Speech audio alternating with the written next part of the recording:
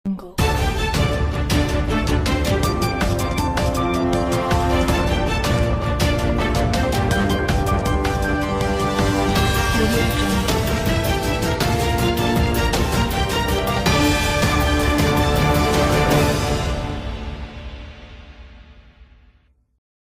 సభ్యులు మిథున్ రెడ్డి గారిని కలుద్దామని ఈరోజు సెంట్రల్ ప్రిజన్కి వెళ్ళడం జరిగింది.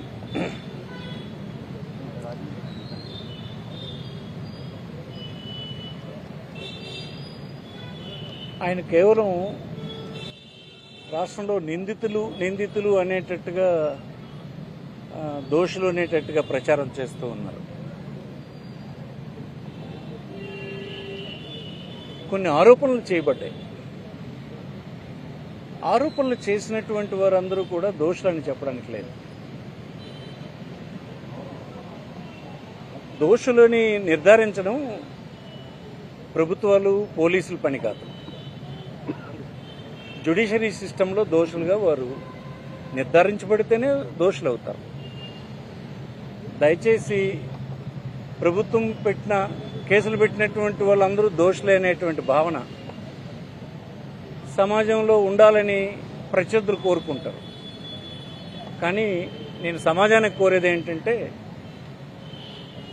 రాజకీయాల్లో నేడు ప్రత్యర్థుల్ని దోషులుగా చూపించడానికి అధికారాన్ని అంతటినీ ఉపయోగించేటువంటి పరిస్థితులు ఉంటున్నాయి.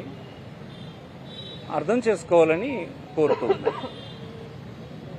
దోషులని ఎవరినైనా మనం అనాలంటే కోర్టు నిర్ధారించినంత వరకు దోషులుగా మనం చెప్పలేము. ఆరోపణలు చేయబడ్డ వ్యక్తులుగానే వీరిని చూడాలి. వారితో కలిసాం. ఆయన ధైర్యంగా ఈ రాష్ట్రంలో ఉండేటువంటి పరిస్థితులను ఎదుర్కోవడానికి సిద్ధంగానే ఉన్నాడు.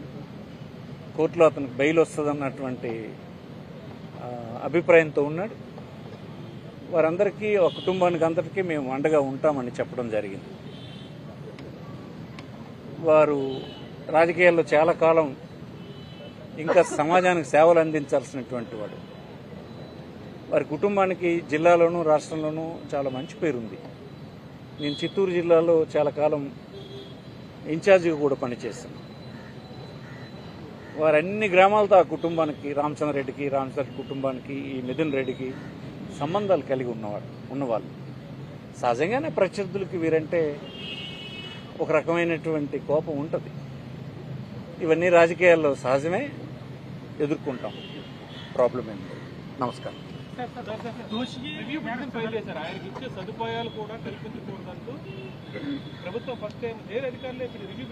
I'm not going into that details.